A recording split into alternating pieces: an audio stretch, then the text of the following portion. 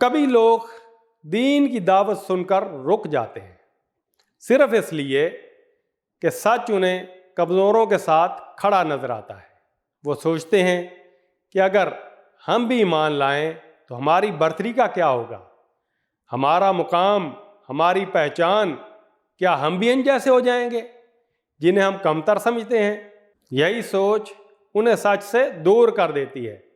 پھر ایسا وقت آتا ہے جب اللہ نے ان کے دل کی بات کھول کر بیان کر دی ہے، جب ان سے کہا گیا جس طرح دوسرے لوگ ایمان لائے ہیں اسی طرح تم بھی ایمان لاؤ، تو انہوں نے یہی جواب دیا، کیا ہم بے وقوفوں کی طرح ایمان لائیں؟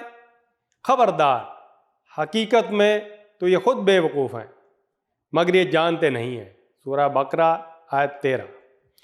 یہ آیت واضح کرتی ہے کہ اصل بے وقوفی یہ ہے کہ انسان حق کو پہچان لے مگر اسے اس لیے چھوڑ دے کہ وہ اس کے معیار کے لوگوں کے ہاتھ میں نہیں ہے۔